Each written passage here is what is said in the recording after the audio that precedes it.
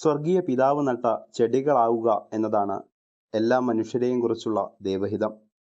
ഈശോ അപ്പം വർദ്ധിപ്പിച്ചു കൊടുത്ത അവസരത്തിൽ പറയുകയാണ്, നശ്വരമായ അപ്പത്തിനു വേണ്ടി അധ്വാനിക്കാതെ മനുഷ്യപുത്രൻ തരുന്ന അനശ്വരമായ അപ്പത്തിനു വേണ്ടി അധ്വാനിക്കുവിൻ എന്ന്.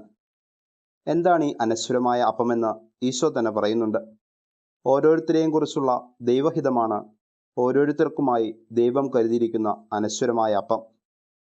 അനശ്വരമായ അപ്പം അനശ്വരമായ സംതൃപ്തി നൽകുന്നു. എന്നെ അയച്ചവൻ്റെ ഇഷ്ടം പ്രവർത്തിക്കുന്നതാണ് എൻ്റെ ഭക്ഷണം എന്ന് ഈശോ പോലും പറയുന്നുണ്ടല്ലോ. അങ്ങനെയെങ്കിൽ എന്താണ് ദൈവഹിതമനുസരിച്ചുള്ള പ്രവൃത്തി? ഈ ചോദ്യം ഉന്നയിക്കുന്ന ജനക്കൂട്ടത്തോട് ഈശോ പറയുന്നു, അവിടുന്ന് അയച്ചവനിൽ വിശ്വസിക്കുക. എങ്ങനെയാണ് ഒരു വ്യക്തിയെ നാം വിശ്വസിക്കുന്നു എന്ന് പറയാൻ കഴിയുക? അതിനുള്ള ഏറ്റവും അടിസ്ഥാനപരമായ ഉത്തരം ആ വ്യക്തിയുടെ വാക്കുകൾ വിശ്വസിച്ചും അനുസരിച്ചും എന്നാണ്.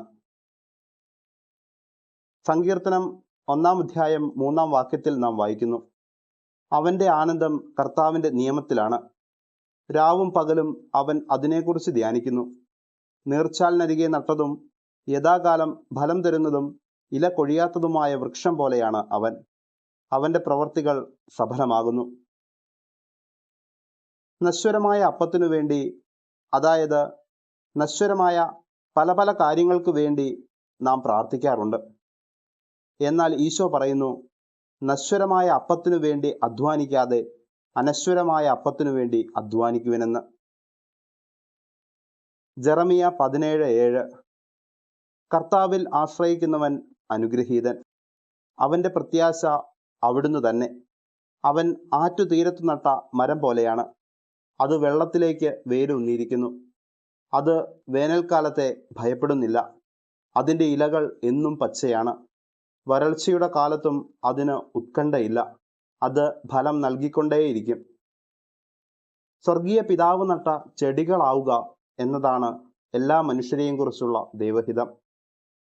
ഈശോയിൽ വിശ്വസിക്കുക എന്നതാണ് ദൈവഹിതമനുസരിച്ചുള്ള പ്രവൃത്തി. വിശ്വാസം പ്രവർത്തന നിരതമാകേണ്ടത് സ്നേഹത്തിലൂടെയാണ്. കാണപ്പെടുന്ന സഹോദരനെ സ്നേഹിക്കാത്തവന് കാണപ്പെടാത്ത ദൈവത്തെ സ്നേഹിക്കാൻ സാധിക്കുകയില്ല. കർത്താവിനെയും കൂടെയുള്ളവരെയും സ്നേഹിക്കുക എന്നതാണ് നമ്മെക്കുറിച്ചുള്ള ദൈവഹിതം.